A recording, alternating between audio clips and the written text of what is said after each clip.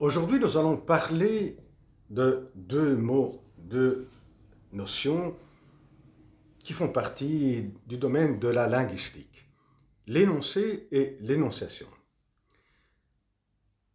Mais Lacan va reprendre ces deux mots, ces deux concepts de la linguistique, et donc il va les reprendre, ils vont être repris dans le domaine de la psychanalyse.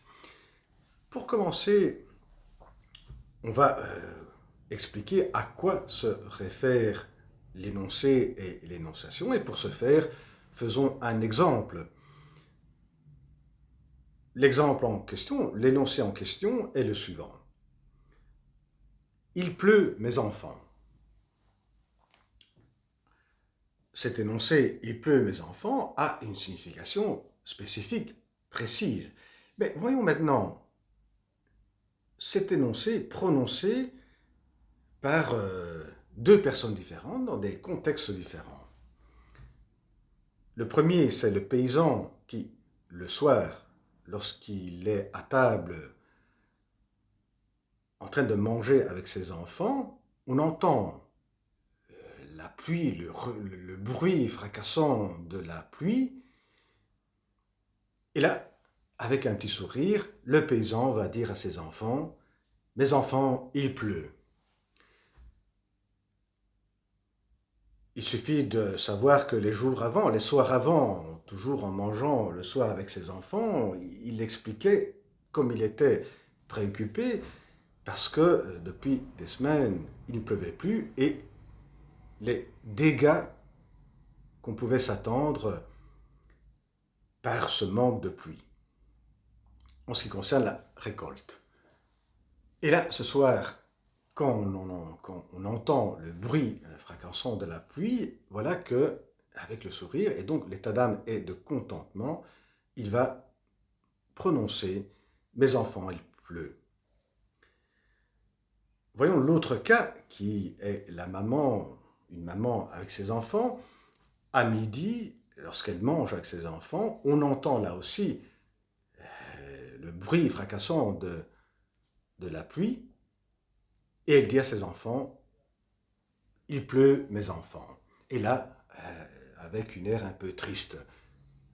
Ce qu'il faut savoir, c'est les jours avant, les enfants n'étaient pas sortis, elle n'avait pas eu le temps, la maman, de les faire sortir, de les amener au parc, et elle avait promis que le jour en question, s'il faisait bon, elle aurait ramené ses enfants au parc. Le matin, il fait bon, il y a le soleil, mais à midi, quand ils sont à table, on entend la pluie, et donc elle ne peut pas les amener l'après-midi au parc. Et là, on voit bien que pour les deux cas, l'énoncé en question prononcé a une signification spécifique propre, mais qui va se remplir d'une autre signification qui est donnée par l'énonciation. Dans le cas du paysan, il y a un état d'âme de contentement et à tous les pensées dont on a, on a précisé, et dans le cas de de la maman, l'état d'âme est de tristesse et il y a ces autres pensées qui vont voilà, donner une autre signification, qui va ajouter une signification à cet énoncé « Il pleut, mes enfants ».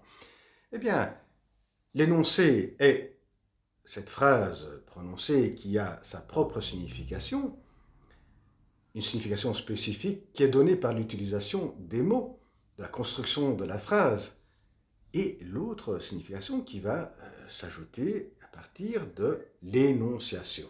Voilà, de la personne qui va énoncer des pensées qui sont présentes les jours avant ou le jour même et qui vont donner une spécificité à l'énoncé en termes de signification.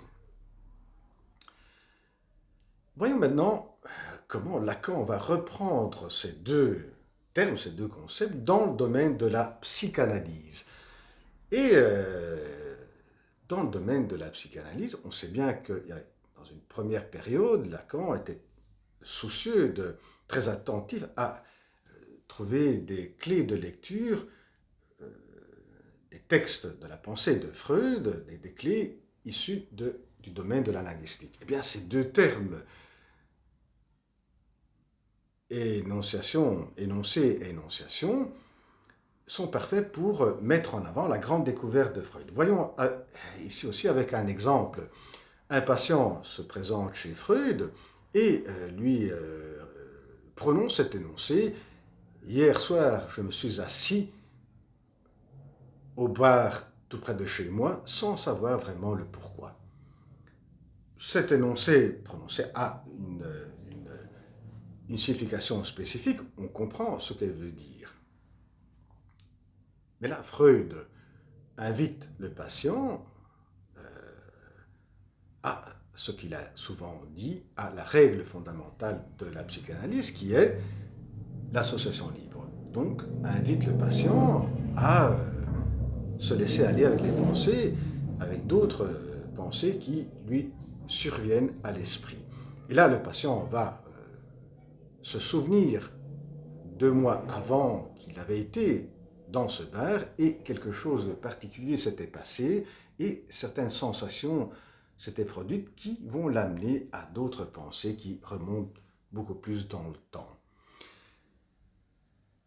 Eh bien, là, on voit bien donc la différence entre l'énoncé du départ qui avait sa propre signification, donnée par l'utilisation de certains mots, de construction de la phrase, et tous ces autres pensées qui font partie de l'énonciation. Ajoutons à cela maintenant la différence, et on peut bien la comprendre de manière intuitive, entre cet exemple et les premiers exemples pour expliquer la différence en termes linguistiques de énoncé et énonciation. Dans le premier cas, dans les premiers exemples, le paysan, la maman, bien, les pensées propres à l'énonciation sont conscientes. Il ne faut pas un travail analytique pour les découvrir. Elles sont présentes là. Et sont présentes aussi pour les enfants qu'ils entendent, à la fois pour ceux-là qui parlent et à la fois pour les personnes qui écoutent. Dans le cas du patient qui va chez Freud, eh bien,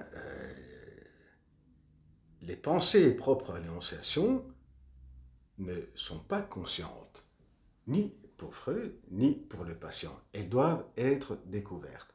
Et là, donc, on comprend bien pourquoi Lacan va utiliser ces deux mots, énoncé et énonciation, pour caractériser la grande découverte de Freud. Parce qu'il se réfère à cette Spaltung, qui est la grande découverte de Freud, de la psychanalyse, la Spaltung entre conscient et inconscient. Et quand on se réfère à l'énoncé, je me suis assis hier soir au bar près de chez moi sans savoir vraiment pourquoi, il y a je. Le je, un pronom personnel qui se réfère à un sujet. Mais on comprend bien que les pensées qui vont surgir se réfèrent à un sujet, mais qui n'est pas conscient. Voilà pourquoi est-ce que Lacan parle de sujet de l'inconscient qui se situe au niveau de l'énonciation. Pour Lacan, toujours, grande découverte, qui correspond à la grande découverte de Freud. Le sujet de l'inconscient, bien que Freud ne parle pas de sujet de l'inconscient. Mais c'est sa découverte. Et maintenant, on peut, de manière plus facile, comprendre un aphorisme assez compliqué qu'on trouve dans l'écrit de Lacan, intitulé L'étourdi.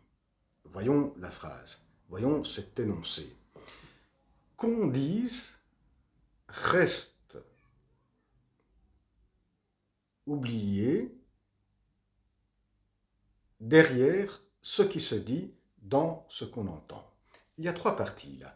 Alors qu'on dise, qui est formulé avec le subjonctif, l'existence, reste est oublié, reste caché et oublié. Bien, c'est les pensées propres à l'énonciation, dans l'exemple qu'on avait donné avec le patient avec Freud.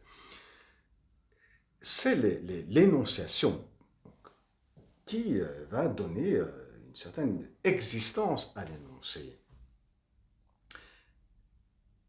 Pour cela, Lacan utilise le subjonctif. Qu'on dise, reste oublié, derrière ce qui se dit, et là c'est avec le présent que c'est indiqué, qui se dit, c'est l'acte du dit présent, je suis hier soir, je me suis assis, voilà, dans un bar près de chez moi. Là, c'est le présent, c'est l'énoncé. Donc, derrière cet énoncé se cache l'énonciation, les pensées de l'énonciation. Et dans ce qu'on en entend, et oui, parce que l'énoncé se formule avec des choix lexicaux, avec des mots et dans une certaine construction qui ont une signification bien précise. Et donc, encore plus, cela va oublier ces significations,